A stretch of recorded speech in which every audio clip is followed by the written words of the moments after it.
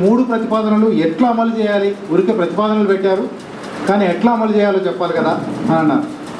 UPA మీద ఒత్తిడి తేవడం అంటే ఏమిటి, రాజకీయ ఆర్థిక మూలాలను దెబ్బతీయడం అంటే ఏమిటి, పార్టీలు ప్రజలు అనే రెండు వేరువేరు అస్తిత్వాలను ఎట్లా చూడాలి, ఈ మూడు అంశాలు నేను ముందు ప్రతిపాదించున్నాను.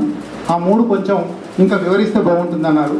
వాటికి ఎక్కువ సమయం తీసుకోకుండా యూపీఏ మీద ఒత్తిడి తేవడం గురించి నిజానికి లక్ష్మణ్ చాలా వివరంగానే చెప్తున్నాడు.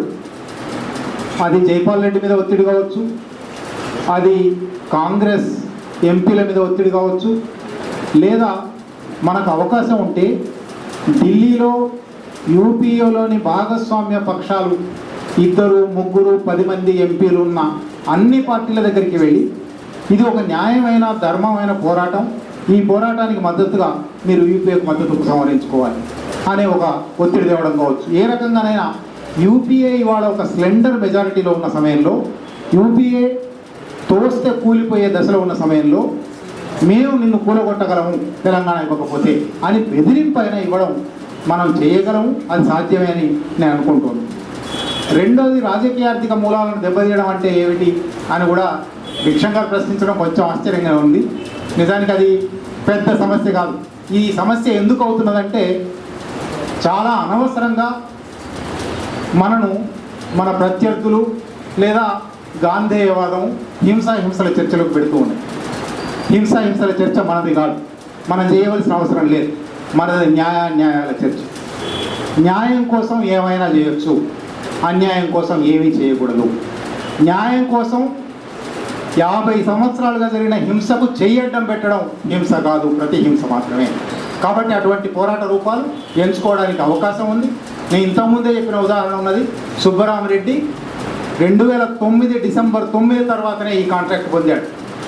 2009 డిసెంబర్ 9 తర్వాతనే హైదరాబాద్లోను తెలంగాణలోను వనరులను దోచుకోవడానికి కోస్తాంధ్ర రాయలసీమ పెట్టుబడిదారులు ఎన్నో అవకాశాలు పొందారు. వాటిని మనం ఆపలేకపోయాం. ఇవాళకైనా ఆపవచ్చును. అవి ఆపినప్పుడు మాత్రమే, అవి ఆపడానికి అనేక మార్గాలు ఉన్నాయి. వాటిని వేటిని నేను హింస అనుకోవడం లేదు. ప్రతిహింస ఎక్కువలో ఎక్కువ అది ప్రతిహింస అవుతుంది, లేదా 50 సంవత్సరాలుగా జరిగిన హింసను అడ్డు పెట్టడం అవుతుంది. అంతకన్నా మీరేమీ కాదు.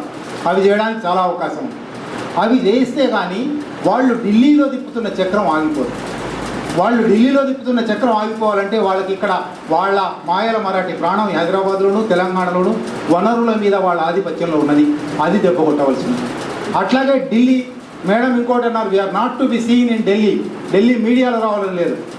ఢిల్లీ మీడియాలో కనబడాలంటే, ఢిల్లీకి మనం కనబడాలంటే మనం ఢిల్లీకి పోనక్కర్లేదు, తెలంగాణలో మనం చేయవలసిన పని చేస్తే. ఇవేమి మళ్ళీ హింస మార్గాలు కూడా కాదు. దయచేసి ఆ హింస చర్చ అంటే నాకు చాలా ఆశ్చర్యకరంగా అనిపిస్తుంది. ఇవన్నీ గాంధీ తన ఉద్యమ క్రమంలో, మరీ ముఖ్యంగా 1942లో క్విట్ ఇండియా ఉద్యమంలో ప్రవేశపెట్టిన పోరాట రూపాలే.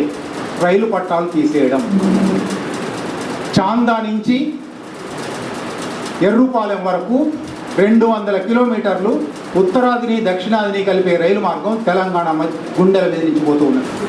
ఎక్కడైనా ఒక పర్లాంగ్ తొలగించండి, ఢిల్లీ హైదరాబాద్ వస్తుంది, ఢిల్లీ దిగి వస్తుంది. అటువంటివి అనేక మార్గాలు ఉన్నాయి, చెప్పగలను తలుచుకుని. కానీ ఏమిటి అని భిక్షంగా అడిగారు కాబట్టి ఇటువంటి ఉదాహరణలు అనేకం. నిజానికి ఢిల్లీని దించడానికి, ఢిల్లీ మెడలు వంచడానికి తెలంగాణ ప్రజలు, 4 కోట్ల ప్రజల చేతుల్లో అనేక సాధనాలు ఉన్నాయి. అటు ఢిల్లీని కానీ, ఇటు ఢిల్లీలో చక్రాన్ని తిప్పుతున్న కోస్తాంధ్ర రాయలసీమ పెట్టుబడిదారులను కానీ. మూడో అంశంగా నిజానికి భిక్షం గారు కూడా అది చాలా బాగా చెప్తున్నారు. కానీ ఒక people versus politics, people versus political parties అని చూడకూడదు అనే ఒక ఆదర్శవాదం నుంచి మాట్లాడుతున్నారు. తెలంగాణలో అటువంటి పరిస్థితి లేదు. రాజకీయ పార్టీలు తెలంగాణ ప్రజలకు ద్రోహం చేసిన చరిత్రలో ఏ ఒక్క పార్టీకి మినహాయింపు లేదు. ఒక పార్టీ మినహాయించాలి అని చాలామంది మనసుల్లో ఉండవచ్చు, కానీ ఆ పార్టీ 2004 నుంచి 2006 దాకా రాష్ట్ర ప్రభుత్వంలో మంత్రివర్గంలో ఉన్నది. అప్పుడు కూడా తెలంగాణ వ్యతిరేక నిర్ణయాలు అమలు జరిగాయి.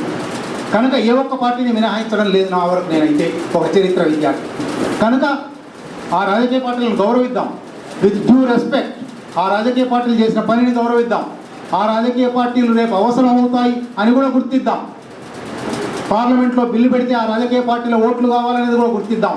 కానీ అయినప్పటికీ పార్టీకి ప్రజలకు మధ్య బెల్లయ్య నాయకుడు చాలా బాగా చెప్తున్నాడు. పార్టీకి ప్రజలకు మధ్య తెలంగాణలో వైరుధ్యం ఉన్నది.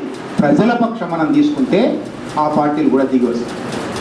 పార్టీలను కూడా ప్రజల దగ్గర తీసుకురాగలిగింది కానీ, ఢిల్లీని ప్రజల దగ్గర తీసుకురాగలిగింది కానీ, తెలంగాణకు అడ్డుపడుతున్న అనేక మంది కోస్తాంధ్ర రాయలసీమ పెట్టుబడిదారుల మెడలు వంచగలిగింది కానీ ప్రజా ఉద్యమం మాత్రమే, ప్రజా ప్రతిఘటన మాత్రమే. ఇప్పటి వరకు ప్రజల ఐక్యత ప్రదర్శన చేశాం, ప్రజల ఆకాంక్షల వ్యక్తీకరణ చేశాం, ప్రజల నిరసన ప్రదర్శన చేశాం, ప్రజల ప్రతిఘటన ప్రదర్శించలేదు.